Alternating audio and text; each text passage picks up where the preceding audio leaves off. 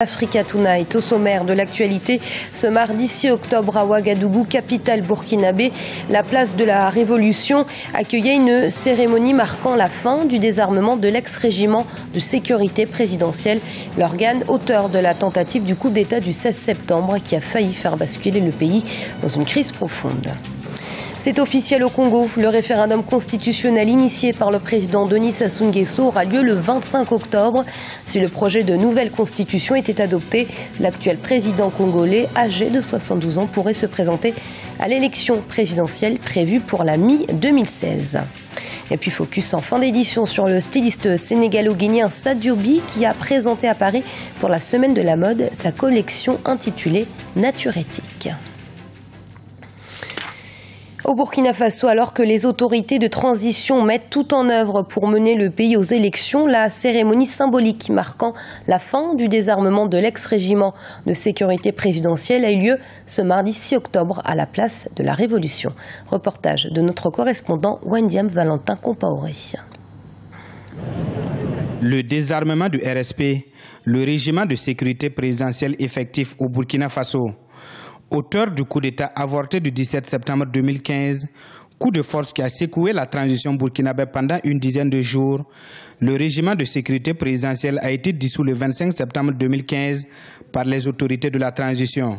Selon le Premier ministre Isaac Yacouba Zida, ancien du RSP, le désarmement de ce corps d'élite qui était à la solde de l'ex-président Blaise Compaoré est un acte salvateur pour le Burkina Faso. Depuis sa création, le régiment de sécurité présidentielle a été utilisé par le régime du président Compaoré pour freiner les aspirations légitimes du peuple burkinabé à une vie démocratique réelle. Au lieu de contribuer à la protection des populations, ce corps devenu une menace permanente contre la marche radieuse du peuple burkinabé et un instrument pour imposer la volonté d'un groupuscule qui, incapable d'apprendre les leçons de l'histoire de notre peuple, se condamne ainsi à répéter les erreurs d'un passé à jamais révolu. Débuté le 25 septembre 2015 puis interrompu 2 jours plus tard, ce désarmement est salué par les populations. Ce régiment fort d'environ 1300 hommes est souvent associé à plusieurs crimes de sang qui ont marqué la vie politique au Burkina Faso. Aujourd'hui, c'est un jour de joie pour les Burkinabés parce que simplement le RSP était devenu une menace et le RSP n'était plus accepté et ils ont eu, avec tout le coup d'État, beaucoup de gens sont morts, beaucoup de gens sont blessés. Il fallait vraiment qu'on épure cette maison-là. Le général Gilbert Diendéré, ancien chef d'état-major particulier de Blaise Compaoré, ainsi qu'une quinzaine d'officiers militaires soupçonnés d'être impliqués dans le coup d'État ont été mis aux arrêts. Cette cérémonie symbolique a connu la participation des chefs d'état-major des armées du Bénin, du Ghana, du Niger, du Nigeria, du Togo et du Sénégal. Et toujours au Burkina Faso, Léonce Koné et Herman Yaméogo, 2 opposants proches du régime de l'ancien président Blaise Compaoré, ont été interpellés et auditionnés pour leur implication présumée dans le coup d'État du 16 septembre. Les enquêtes se poursuivent et les 2 hommes sont en garde à vue. Ce sont les premiers civils à être interpellés dans cette affaire. Le projet de constitution souhaité par le président congolais Denis Sassou Nguesso sera soumis à référendum le 25 octobre 2015, selon une annonce en date de ce lundi 5 octobre. En cas de victoire du oui, le chef de l'État pourrait se représenter à la prochaine élection présidentielle qui doit avoir lieu à la mi-2016. L'opposition dénonce un coup de force illégal. Deo Gracias Podo. C'est désormais officiel, les électeurs congolais se rendront aux urnes le 25 octobre dans le cadre d'un référendum sur le projet de loi constitutionnelle. La décision avait été annoncée le 22 septembre 2015 par le président Denis Sassou Nguesso qui, en cas de victoire du oui, pourrait se représenter à la présidentielle prévue en 2016. La campagne en vue de cette consultation populaire se déroulera du 9 au 23 octobre 2015. Un délai suffisant du côté du pouvoir pour la réussite de ce processus que l'on espère démocratique et sans violence. La procédure, c'est celle-là. Pour un scrutin de ce genre, c'est tout à fait normal qu'il y ait 20 jours de campagne. Oui. Nous sommes dans un régime démocratique. Nous ne sommes pas inquiets outre mesure. Nous pensons quand même que celles et ceux qui appellent à des actions violentes pourront comprendre que on peut bien aller, on peut bien s'opposer mais par des voies démocratiques. Mais utiliser la violence, ce n'est pas du tout une voie démocratique. En cas d'approbation, la nouvelle constitution devrait ramener la durée du mandat présidentiel de 7 à 5 ans, renouvelable 2 fois. Aucune limite d'âge maximum pour les candidats à la présidentielle n'est prévue. Fixé actuellement à 70 ans, seul un âge minimum de 30 ans serait instauré à l'avenir. Des dispositions rejetées par une partie de la classe politique, notamment de l'opposition, qui s'oppose fermement au projet de loi constitutionnelle. Pour elle, toute la démarche ne repose sur aucune base juridique. Nous n'appelons pas au boycott. Nous pensons simplement que ce scrutin n'existe pas pour nous parce qu'il est totalement illégal. Le corps électoral n'est pas maîtrisé, la commission électorale n'est pas indépendante. Le consensus était dégagé pour dire que nous avons besoin de revoir la gouvernance électorale. Et ceci passerait par un recensement et la mise en place d'une commission véritablement indépendante. Le président n'a pas écouté. Il s'est plutôt empressé de convoquer le corps électoral pour aller à un référendum qui vise en réalité son 3e mandat. En tout cas, le peuple prendra ses responsabilités. Le projet de changement constitutionnel crée davantage de scissions entre les acteurs politiques congolais. Pendant que certains dénoncent un coup d'État constitutionnel, le 10 octobre 2015, les partisans de la nouvelle constitution annoncent une manifestation dans les rues de Brazzaville. Et sachez que l'élection présidentielle en Guinée aura lieu ce 11 octobre, alors que le pays est en pleine période de campagne électorale. Africa 24 a mis un dispositif spécial pour couvrir cet événement et vous invite à 20h GMT à suivre une émission consacrée à cette échéance électorale. La réconciliation nationale a en Côte d'Ivoire un objectif à atteindre pour un peuple indivisible. Un an après son arrivée au pouvoir, le président Alassane Ouattara avait mis sur pied la commission Dialogue, Vérité et Réconciliation. Depuis, plusieurs programmes ont été initiés, mais à quelques jours de l'élection présidentielle prévue le 25 octobre, les avis restent divers quant à l'efficacité de cette commission. Illette Mirabel Bissou. La réconciliation nationale, un facteur déterminant pour la cohésion sociale en Côte d'Ivoire.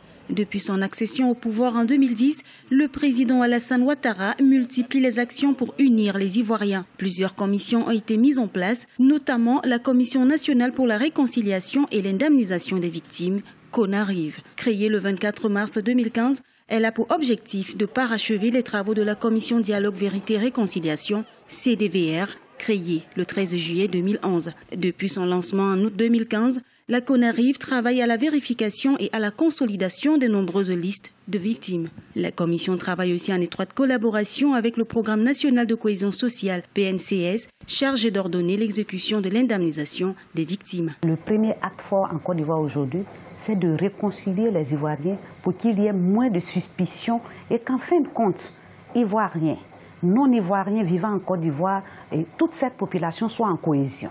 Il y a plusieurs éléments à la réconciliation.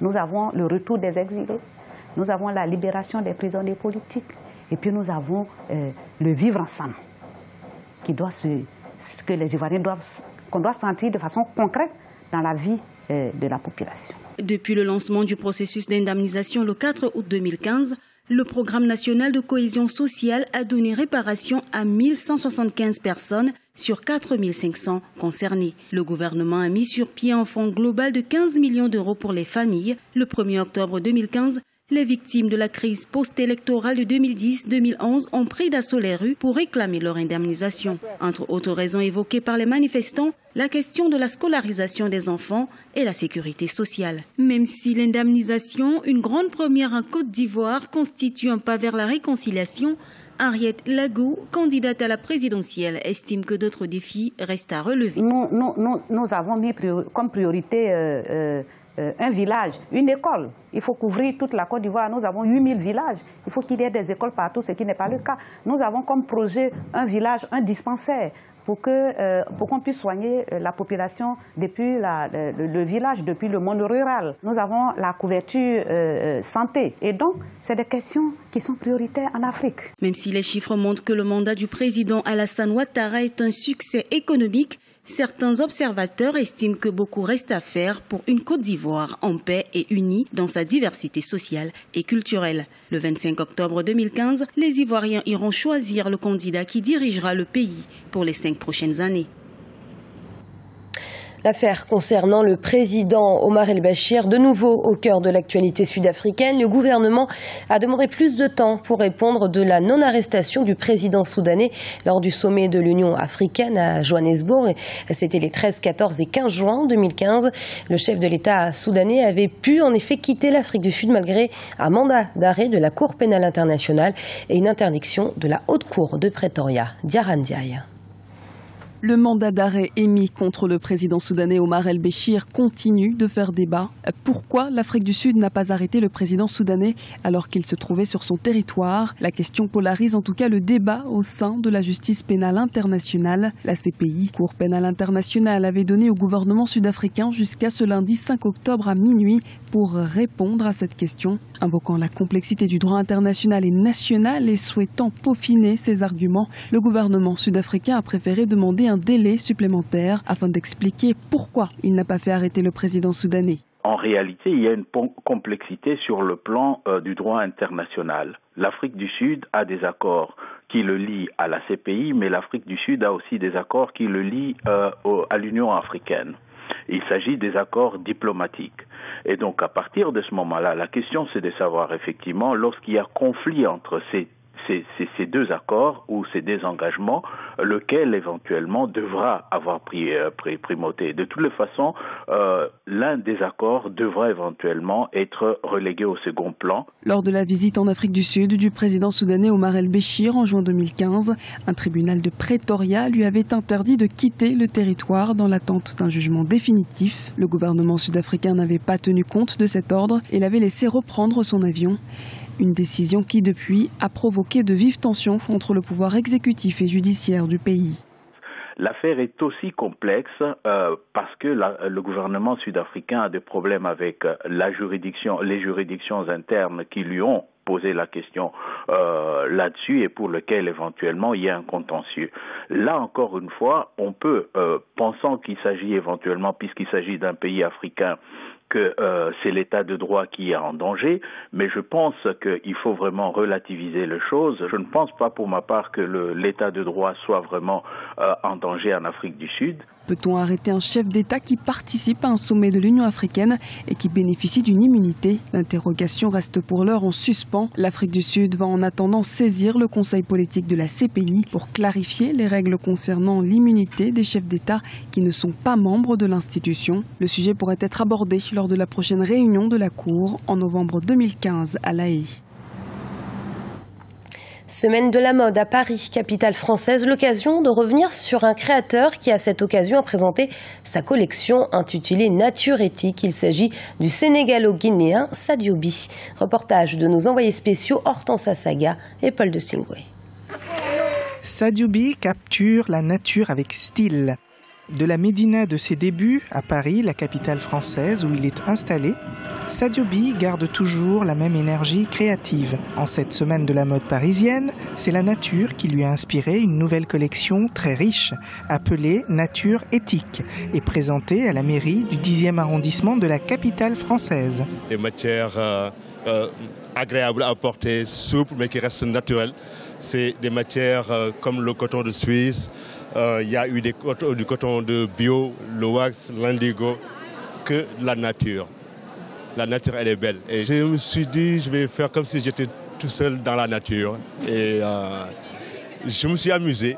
Et c'est vrai que j'étais dans mon atelier, je réfléchissais, je faisais des formes, j'avais envie de nature. Avec ses imprimés et ses silhouettes qui rendent hommage à la beauté de la nature, le maître du mixtissage a su renouveler l'art des mélanges. Des tissus venus d'Afrique ont donné vie à des tenues très contemporaines, des robes féminines et saillantes, des Amazones aux sublimes coiffes signées Nadine Mateki ont mis en avant le talent du créateur. Sans oublier cette proposition de costumes masculins très audacieux, rencontre de l'Afrique et de l'Europe. J'aime le costume, mais le costume est sport.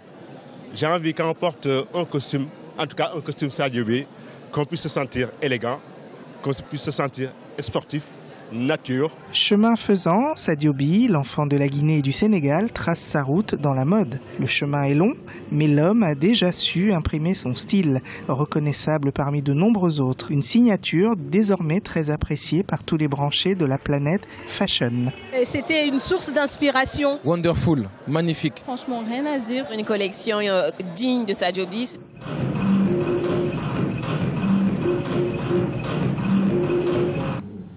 Et ce journal a été préparé par l'ensemble de la rédaction. Restez sur Africa 24. Dans un instant, une nouvelle édition de l'information.